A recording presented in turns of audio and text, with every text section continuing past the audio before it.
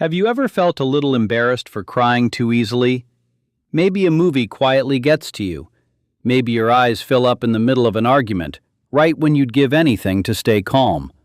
Or maybe you fight it. You swallow hard, you look away, and it happens anyway. And then that same old question shows up again. What's wrong with me? Because you live in a world that taught you to read crying as weakness, as something to fix. But for years now, psychology has been quietly pointing at something very different. Here's the truth. People who cry easily tend to share certain traits that most people never even develop. And no, it has nothing to do with being fragile or soft or broken. It has to do with something much deeper in how you're built. For generations, you were told that crying was something to avoid. Strong people don't cry. Pull yourself together. It's not that big a deal. But here's a detail almost nobody stops to think about. You are part of the only known species that produces tears for emotional reasons. Not from physical pain, not just to clean the eyes, from feelings. Evolution held on to this mechanism for thousands of years, and when something sticks around in your biology that long, it's usually because it serves a purpose. Emotional tears aren't a glitch in the system. They're part of the system. So when you cry easily, it doesn't mean you have less emotional strength. Sometimes it means the exact opposite. The first explanation has to do with how some people process emotion.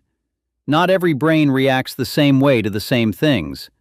Some people can hear a sad story and stay relatively neutral. Others feel it like they're living it themselves. Studies suggest that certain brain regions tied to emotional processing are simply more sensitive in some people.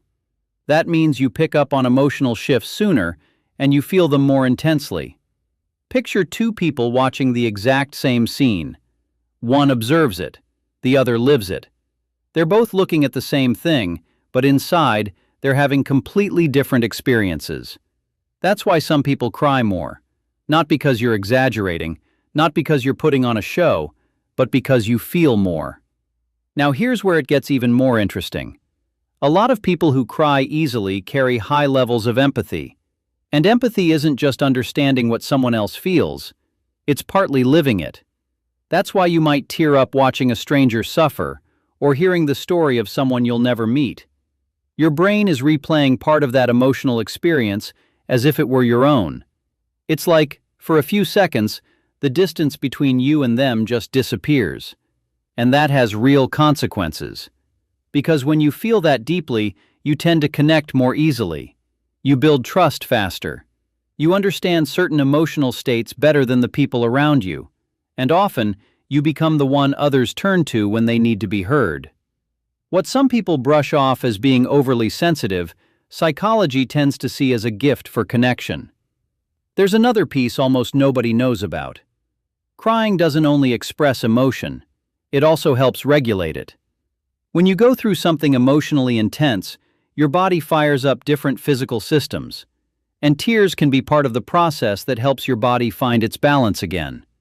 That's why so many people describe a very specific feeling after they cry. Exhaustion, yes, but also relief.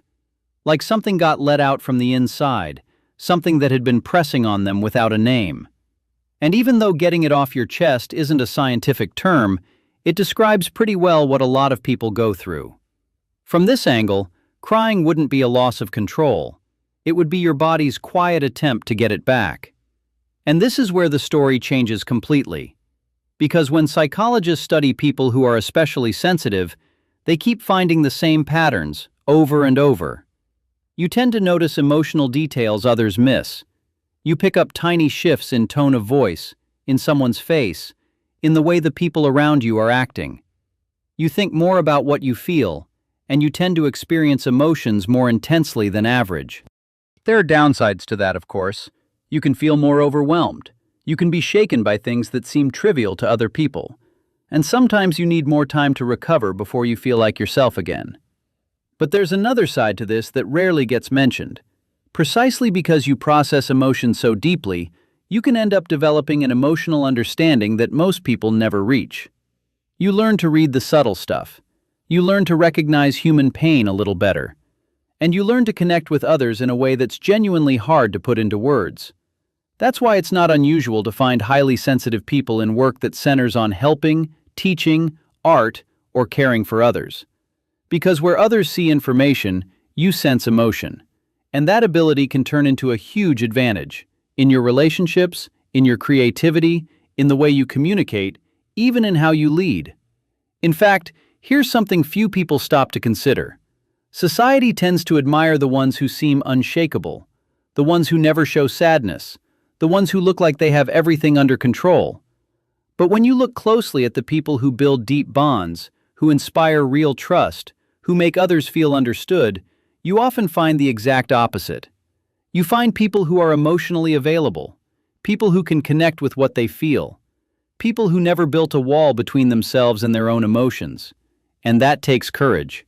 Because to feel is to expose yourself. It means accepting that some experiences will hit you harder than you'd like. It means admitting you can't always control what rises up in you. But it also means living your emotions in a more honest way, without pretending, without hiding, without spending your energy holding it all in. Now, it's also important to say this clearly. Not every tear has a psychological root. Tiredness, built-up stress, lack of sleep, hormonal changes, overstimulation, even certain personality traits, all of that can make you cry more easily. So it doesn't always mean you're in the middle of an emotional crisis. Sometimes it just means your body hit a limit, and it's trying to find its balance again. Because crying isn't always an emotional reaction. Sometimes it's a biological one. And both of those are completely, deeply human. Maybe you've spent years thinking that crying easily is a flaw, something to fix, something to keep hidden so no one sees it. But psychology offers you a different possibility. What if it isn't a sign of weakness at all? What if it's a sign that you're still connected to what you feel when so many people slowly lose that thread? Because in a world where so many people learn to ignore their emotions, to numb them, to push them down, feeling deeply might be far rarer than it seems. Tears don't always mean you're more fragile. Sometimes they mean you've held on to something others have lost.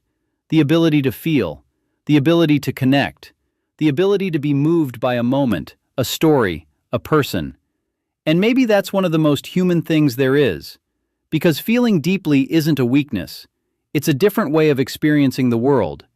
And as hard as it can be some days, it can also become one of your greatest strengths, quietly, and for the rest of your life.